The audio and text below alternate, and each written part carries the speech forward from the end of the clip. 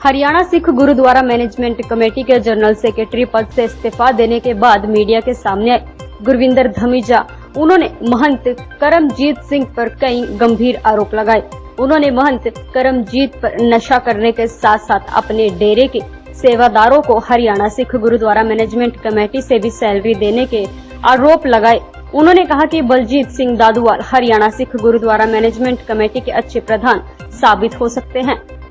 Haryana Sikh gurdwara management committee जो 1 दिसंबर को होंद में आई और जिसका विधिवत से इलेक्शन होके 21 दिसंबर से महंत जी को प्रधान और आपके भाई को जनरल सेक्रेटरी बनाया गया। पहले दिन से मैं महंत जी को देख रहा था, उनमें एक डर की भावना थी, एक लीडरशिप क्वालिटी नहीं थी और वो इस कमेटी को डेरे की तरह जो अपने एक निजी जैसे होता है स्थान उसकी तरह रन करने का प्रयास कर रहे थे। इसका बड़ा एक लाइव एग्जांपल शुरू में ही मिला कि पहली बात तो उन्होंने 15 दिन कोई मीटिंग ही नहीं की और 15 दिन बाद जो पहली मीटिंग की वो कहने लगे मैं कुरुक्षेत्र नहीं आऊंगा, वहां मीडिया आ जाएगा, फलां आ जाएगा, फलां आ जाएगा, वहां ज्यादा लोग इकट्ठे हो जाएंगे, तो मैं अपने डेरे में रखूंगा। फिर अपने डेरे की बजाय अपने डेरे द्वारा चलित कॉलेज में रखी गई यमुनानगर में। उसमें भी मैंने देखा उनको कोई कमेटी और इस तरह का संस्थान चलाने का कोई उनको एक्सपीरियंस नहीं था और उनका जो एजेंडा जो विधि से हमने बनाया था उसको वो जिद करके उन्होंने अपनी मर्जी का एजेंडा लगवाया, वो भी कोई एजेंडा विधिवत नहीं बना सके। और जो मुद्दे पहले मीटिंग में 6 जनवरी को लिए गए, जैसे कि उसमें एक बाई लॉज बनाने की कमेटी बनाई गई,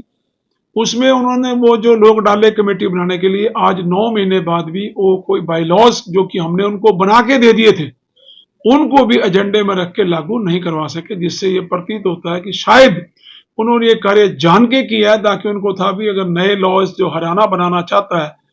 वो हरियाणा के सिखों के लिए बेहतरीन रहेंगे और वो शायद अभी भी एसजीपीसी के लॉ से काम करना चाहते थे, उनके साथ मिलके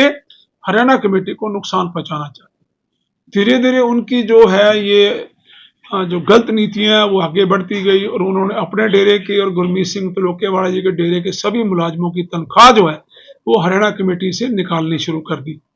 अपने जो डेरों पर काम करने वाले सेवादार थे उनको हरियाणा कमेटी का मुलाजिम दिखा के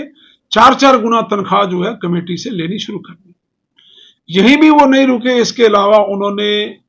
श्री अकाल तख्त साहब की मर्यादा के उलट जाकर धारणा के जत्थे भी जो है भर्ती करने शुरू कर दिए। उसका एतराज करने पे भी आगे से वो बुरा भला कहते थे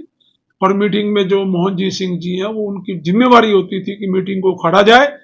ताकि जो हमारी तरफ मेंबर है वो उठ के वॉकआउट कर दें और वो मनमानी करें। इस बार 14 अगस्त की मीटिंग में उन्होंने सिख रिसर्च सेंटर के नाम से और हरियाणा कमेटी का एक दफ्तर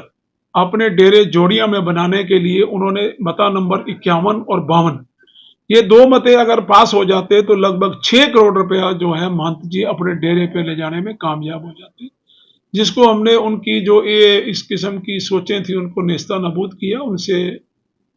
रोका टोकी की, जिसके एवज में माहौल बिगाड़ने के लिए जो मोहन जी सिंह जी उन्होंने अब्बा तब्बा और बदतमीजी से बोलना और गलत शब्दों का प्रयोग शुरू कर दिया। वो जो आपने बहस देखी वो उसी बहस की का नतीजा थी। और सैकड़ों साल की जो शिरोमणि कमेटी की प्रथा है एक, जिसमें कि एग्जीक्यूटिव मीटिंग में कभी भी जीवन में कैमरा नहीं लगाया जाता, उसमें उन्होंने कैमरे का प्रयोग किया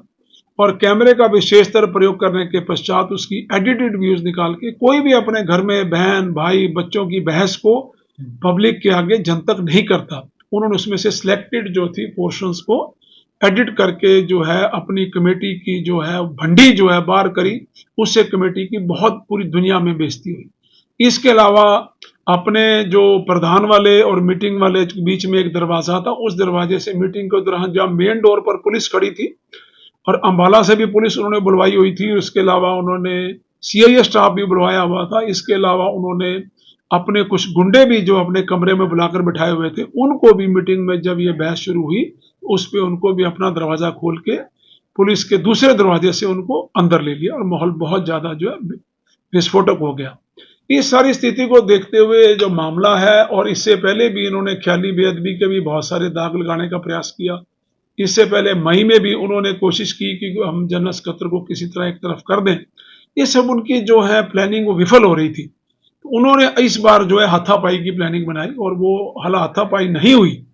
और वो हमें मीटिंग से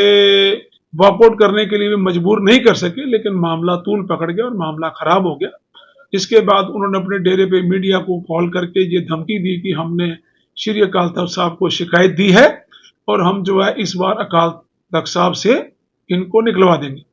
तुरंत हमारे अपने भी हमने सबने सलाह की और हमने भी जो है श्री अकाल तख्त साहब को एक पत्र डाला और जो उनकी